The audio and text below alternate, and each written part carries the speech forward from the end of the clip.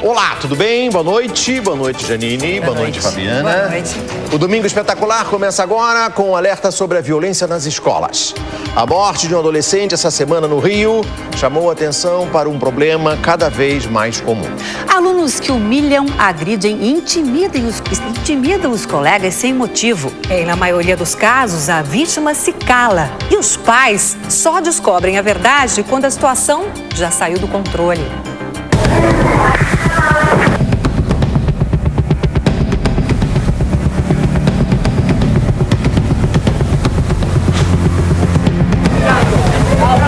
Cenas chocantes de violência na escola. Imagens gravadas pelos próprios estudantes e exibidas como troféus na internet. Para muitos é apenas diversão, mas a brincadeira se torna perigosa. Repare na força dos golpes. Os alunos chegam a cair da cadeira.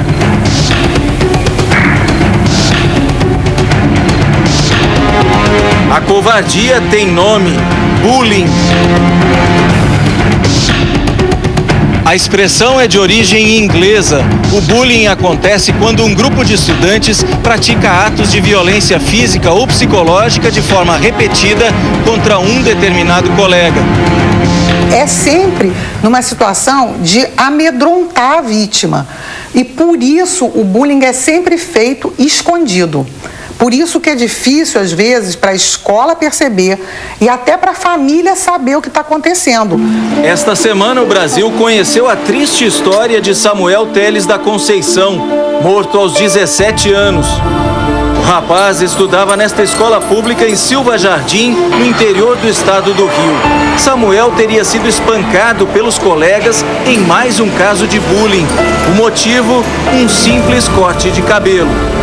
Testemunhas dizem que as agressões aconteceram dentro da sala de aula, numa hora em que a professora saiu para beber água. De acordo com os depoimentos, Samuel levou tapas e socos na cabeça. A direção da escola afirma que só tomou conhecimento do caso dias depois. O rapaz teria sido ameaçado com retaliações caso contasse para a família. A mãe de Samuel conta que o filho sofria constantes pressões de um colega de sala. Ele queria que Samuel se juntasse com ele e batia nas outras crianças. Então Samuel falava: eu não gosto de bater no pé de ninguém, que não tem nada a ver. Para que eu vou ficar batendo nas crianças? Para que eu vou fazer aquilo? Aí eu obrigava o meu filho a baixar, pegar lápis, batia na cabeça dele, e ele nunca foi de briga. Samuel foi atendido primeiro numa clínica em Silva Jardim e chegou a ser transferido para o Hospital Carlos Chagas, no subúrbio do Rio de Janeiro. Exames feitos aqui constataram que ele tinha uma grave lesão cerebral. Os médicos pouco puderam fazer. O adolescente não resistiu aos ferimentos. O laudo do Instituto Médico Legal confirma que a morte foi causada pelas lesões na cabeça. Me causou, uma surpresa muito grande, uma cidade pacata, como Silva Jardim, uma cidade com índice de violência baixo, esse tipo de brincadeira acontecer. Se você analisar que isso aconteceu dentro de uma escola, onde as pessoas deveriam aprender a ter educação, aprender a ter normas de comportamento.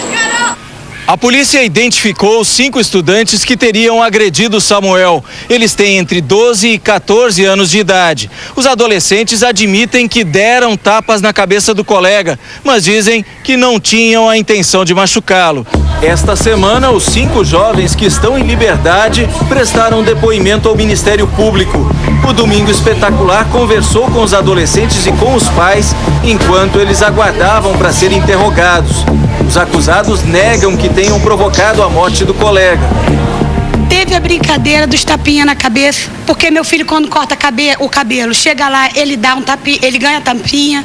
Os outros chegam com o cabelo cortado, também ganham tapinhas, tá? Eu não vou mentir isso. Ele brincou, só que ele deu 2 tapinhas na cabeça do menino e foi se sentar. E o menino continua ali numa boa. Não foi a brincadeira que matou esse menino, porque tapinha não mata ninguém. Um desses tapas não pode ter sido mais forte, um soco que acabou provocando uma lesão? Mas aí então teria matado muita gente, porque todo mundo que corta cabelo numa palavra das crianças, todo mundo leva um tapinha na cabeça. E ele levou 4, tem criança lá que dá mais do que isso?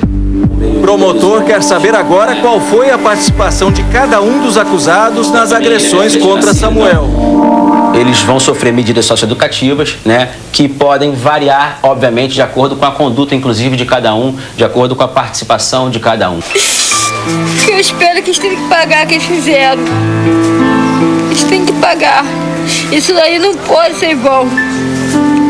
Eles têm que pagar os crimes que eles fizeram. Porque nessa terra ninguém tem direito de tirar a vida de ninguém. Há exatamente um ano, aconteceu outro caso de violência na mesma escola. Este menino de 11 anos estava na quadra de esportes quando foi empurrado da arquibancada. Ele caiu de uma altura de 3 metros e teve traumatismo craniano.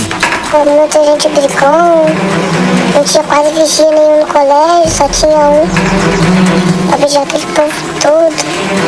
E aí saía muita briga? Saía. Quase todo dia tinha uma briga. Foram 4 dias no hospital e 45 de repouso. Depois que o filho se recuperou, a mãe decidiu trocar de colégio. Você leva seu filho para o colégio pensando que ele está lá para aprender e você recebe a notícia dessa, vê seu filho quase morto praticamente. Porque se você põe seu filho no colégio, você põe ele bem e quer que ele saia de lá bem também. Em Ceilândia, cidade satélite de Brasília, uma escola particular foi condenada a pagar R$3.000 de indenização a um aluno vítima de bullying. O caso aconteceu em 2005, mas a decisão da justiça saiu esta semana. O menino, que tinha 7 anos, era perseguido pelos colegas.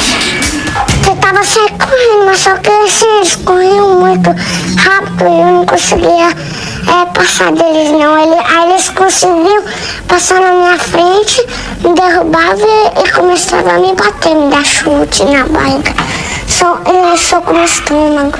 Pegaram minha mão, me seguraram e tacaram minha mão no prego, aqueles pregos pontiagudos. Aí na hora que eles furaram, eles saíram correndo, eu tirei minha mão. Quando eu tirei, eu vi o sangue descendo na minha roupa.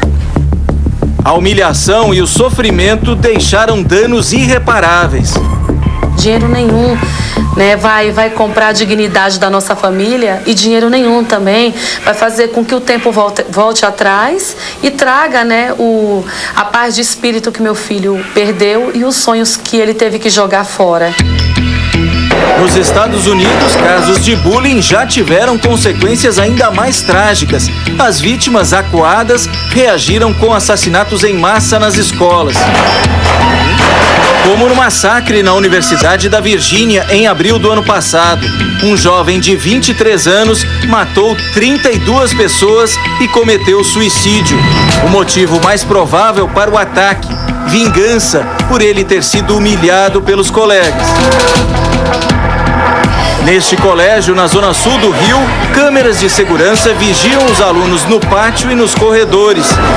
Foi a solução encontrada para impedir casos de bullying. A escola tem inspetores em locais que geralmente os professores não estão, para evitar isso.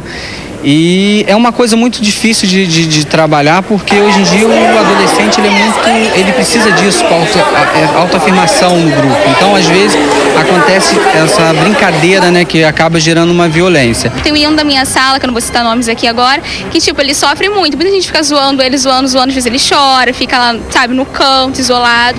E eu acho uma coisa bem séria, sabe? Esta pesquisadora explica que tipo de criança é a vítima preferida. Qualquer criança que tenha alguma coisa de diferente, ela pode ser apelidada, as outras crianças vão fazer brincadeiras de mau gosto. O bullying também pode ser apropriação de alguma coisa que essa criança tenha e goste. Por exemplo, ela tem um lápis mais bonito, uma caneta ou um enfeite de cabelo. E aí eles vão, pegam e quebram e estragam. Muitas vezes o autor do bullying, ele é uma vítima porque em casa ele apanha ou ele tem uma história de ser vitimado. Como pais e filhos podem se prevenir? Como saber se um aluno está sendo vítima de bullying? Especialistas afirmam que as crianças apresentam sinais, como a diminuição do rendimento escolar, ansiedade, medo, retração. Pais e professores devem ficar cada vez mais atentos. É preciso estabelecer uma relação de confiança para quebrar o silêncio das vítimas. É importante que a escola e a família trabalhem no sentido de garantir às crianças que estão sofrendo o bullying ou que estão como espectadoras do bullying, que elas tenham um sistema de proteção em que elas sintam que elas podem denunciar, que elas não vão sofrer retaliação.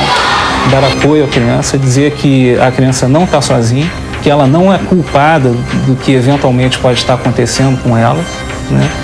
E se o caso tiver uma gravidade maior, tiver, enfim, consequências maiores, talvez seja importante pensar em algum tipo de ajuda psicológica. Cada um tem uma personalidade, então eu acho que a gente tem que respeitar o outro pra gente ser respeitado.